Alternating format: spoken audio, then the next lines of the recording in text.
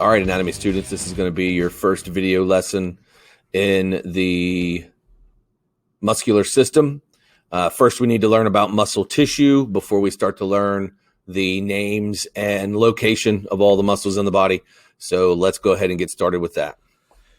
All right, everybody, we're going to start our unit on muscle tissue. Before we get involved in learning the names of muscles and where they are, the first thing we have to do is discuss the physiology of muscles and how they work. All right, so let's go ahead and get started with that. The characteristics of muscle tissue. There are four very important characteristics. I call them the 3 E's and a C. So as the notes say, like nervous tissue, muscles are excitable. That's your first E, meaning that they have the ability to respond to electrical stimuli. Unlike nerves, however, muscles are also, they have the physical characteristics of contractibility, which means they are able to get shorter, which is their job. When they're told to go to work, they get shorter. All muscles will shorten or contract. They have the ability to extend, or they have extensibility. You can stretch a muscle. And then they also have the elastic property. And we've discussed this before in the integumentary system when we talked about elastin in your skin. The ability to stretch is not elastic. That is extensibility. Elasticity is the ability to return to resting length. So everyone knows, again, to use this same rubber band example, you can stretch a rubber band. That is extensibility. When you let go of the rubber band, it bounces back to its original resting length. That is elasticity, being able to come back. So when you stretch a muscle and that you extend, or you practice extensibility, and then when you relax and rest that muscle, it will come back to its normal resting length. That is elasticity.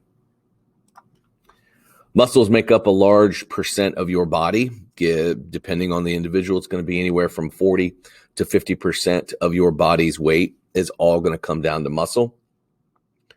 Their main function is motion. They move our body.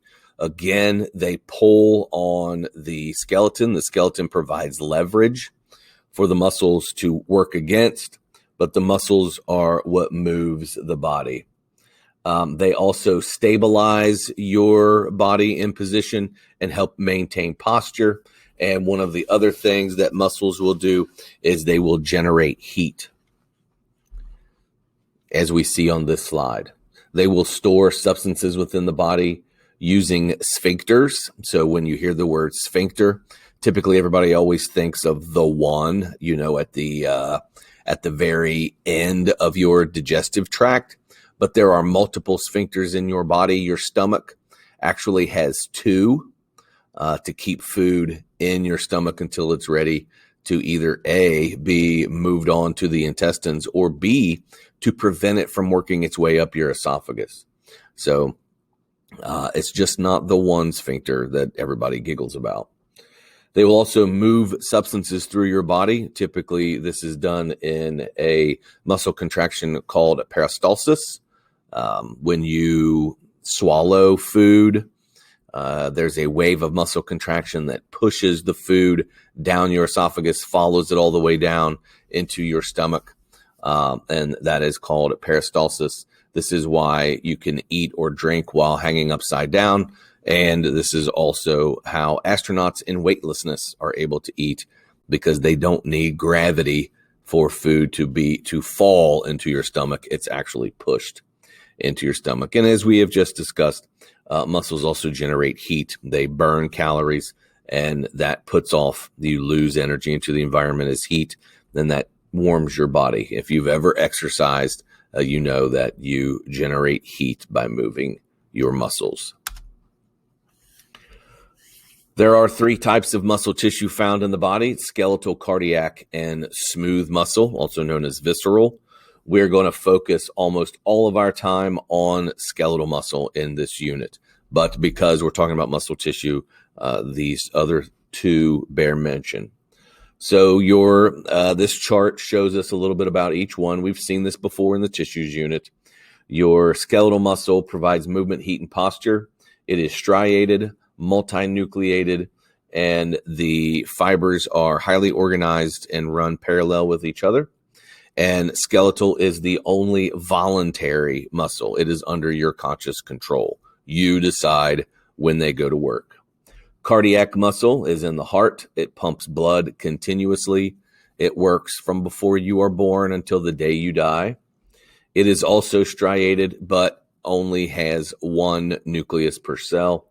It is also involuntary, means it's not under your conscious control. Thankfully, you don't have to consciously keep reminding your heart to do its job. That's all part of the autonomic nervous system. And then visceral or smooth muscle, we find them in hollow organs.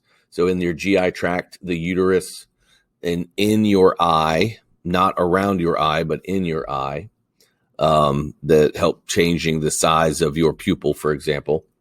And we also find these in blood vessels, helping move blood through your cardiovascular system. They will function by peristalsis. They help maintain blood pressure, change your pupil size, as I just said, and they will also cause your hairs to stand up. So we go back to the integumentary system, and if we remember, hopefully we all remember those tiny little muscle that will cause your hair to stand on end or give you goosebumps, and that little muscle attached to the hair follicle is called the erector pili, and it is a smooth muscle, not skeletal, and definitely not under your control. Smooth muscle gets its name because it has no striations, and there is only one central nucleus per cell. And again, it is involuntary. So if we look at drawings of this, should also bring back memories from the tissues unit. Skeletal muscle there at the top left has the striations and the multiple nuclei. Cardiac muscle also has striations, but as you can see, only has the one nuclei. And hopefully we all remember the intercalated discs there that help cardiac muscle stand out. And then smooth muscle, as you can see, no striations, so no lines running across the smooth muscles, very smooth, and that's how it got its name. Skeletal muscle fibers are very long cells next to neurons, which are also very long cells. Some neurons can be over 1 meter long. The skeletal muscle cells are going to run the full length of the skeletal muscle. So think about your biceps brachii. That's your muscle in your upper arm that bends your elbow. A biceps brachii muscle will run from your shoulder to your elbow. One cell will run that full length.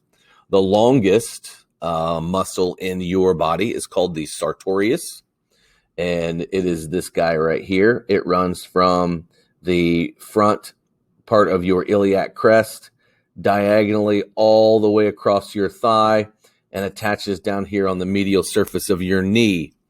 It's about 30 centimeters long, and every skeletal muscle cell found in that muscle is going to be 30 centimeters long. That's a long, long cell.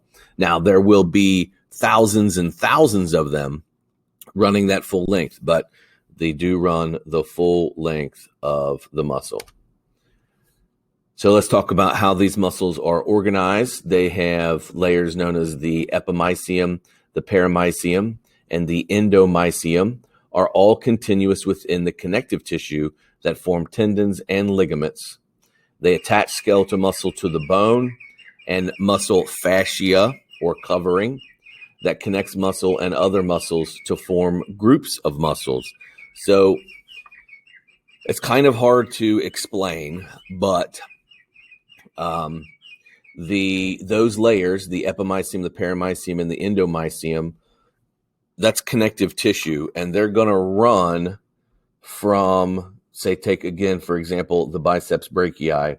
That connective tissue is going to run from the origin up here on the head of the humerus all the way down through the muscle cell down into where it attaches at the elbow on the radius and the ulna.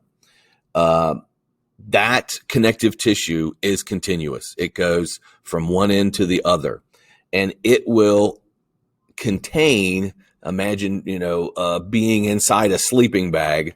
The muscle fibers will be surrounded and embedded within all of that connective tissue.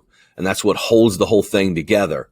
So when those muscle cells get shorter, they're pulling on connective tissue that they're wrapped in, if that makes sense. It's kind of hard to explain. Hopefully the next few slides will help with that. All right, so here's a muscle cell that's been cut so that we can see, a muscle that has been cut so that we can see inside. So the epimysium is on that. Remember, epi means upon. That's the layer on the outside. You can see it here. Right there, it's been cut and pulled away. It will surround all of this part of the muscle.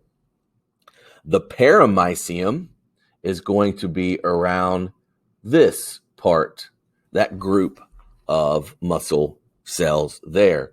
And then the endomysium is going to be here surrounding all of those individual muscle fibers or muscle cells that are embedded in this. So see, this is blown up is this, that is that, and this is this part right there, if that makes sense. All right. And so it just keeps, the muscle is made up of muscle, groups of muscle fibers, and muscle fibers are all packed together, making the whole muscle itself. So here we are looking at a group of muscle cells. All of these this is one muscle cell right here. So here's a nucleus. Here's another nucleus. Again, skeletal muscle is multinucleated. Here you can see right here and right here and right there, the little yellow, orangish yellow structures. Those are organelles called the mitochondria, or as we all know, the powerhouse of the cell. And naturally, we all remember from biology class that it is called the powerhouse of the cell because it is where your cells will generate ATP through the process of cellular respiration, in which glucose is converted into, in the presence of oxygen, is converted into ATP with carbon dioxide and water as a byproduct. Again, I know it's a review because we all definitely remember that from biology class. And muscles use a lot of energy, so it would make sense that they have a lot of mitochondria there, able to make ATP for them.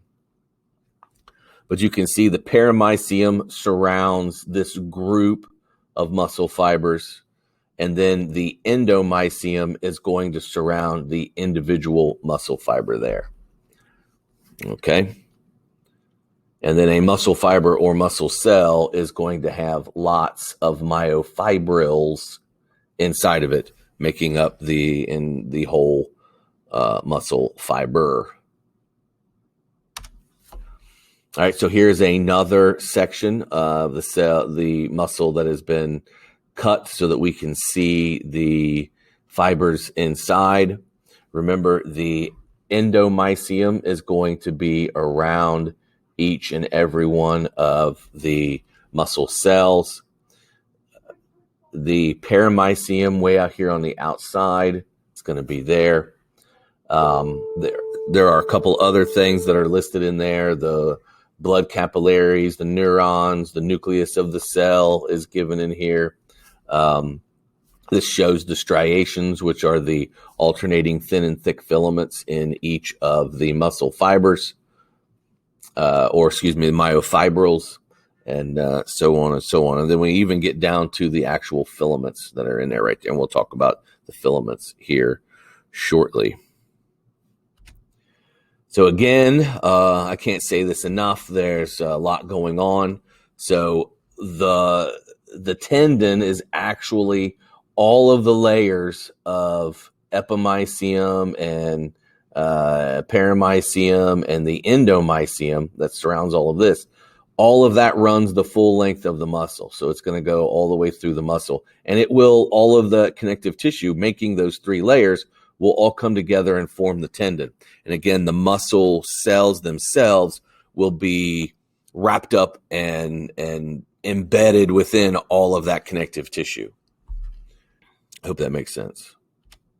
Organization of muscle tissue, the groups of muscles, the epimysium continues become thicker, forming a fascia which covers many muscles. So you can have groups of muscles that are covered in this fascia. Take, for example, here we have the quadriceps, aka your quads, as they're called in your legs, and the anterior part of your thigh. And the four muscles that will make up your quads are your rectus femoris, your vastus medialis, vastus lateralis, and vastus intermedius. And they're right here, rectus femoris, vastus intermedius, medialis, and lateralis right there. And they will all be surrounded in a fascia that holds the whole muscle group together. Many large muscles are grouped in case both with superficial and deep fascia. Superficial, of course, would be on the surface. Deep would be down on the inside. And for those of you who have ever wondered what a real cadaver looks like, this is a picture of a real human cadaver. And so you can see this lighter color area here. That's a fascia that is over top, a superficial fascia that is over top of the abdominal muscles. And last slide for us for this video lesson, you can see again the layering and the wrapping of the muscles. The veins and arteries and nerves are going to be found embedded within the fascia, and the muscles will be all around them. So this is probably a section of the leg. That actually says it right there, of the thigh. So here's the femur, and you have your hamstrings and quadriceps. Hamstrings will be back here. Quads are up here. Even though there's only three, it just happens to be that section. So we're probably missing the very top of the medialis. Vastus medialis probably doesn't run up where this section has been made. But these are the muscles individually here. You can see the fibers will be running at us, and you can see the fascia in between that surrounds and protects all of those muscles. And then you have all the blood vessels, and the nerves are always embedded within that fascia. All right, that's going to be our last slide. All right, that should get us, hopefully, it wasn't too confusing talking about the different layers and the arrangement of the muscle cells and the connective tissue within the muscle. As always, if you have any questions, shoot me an email. But that's all we have for video lesson 1. So log on out of here and head on to Schoology and go take your exit slip. Talk to you later.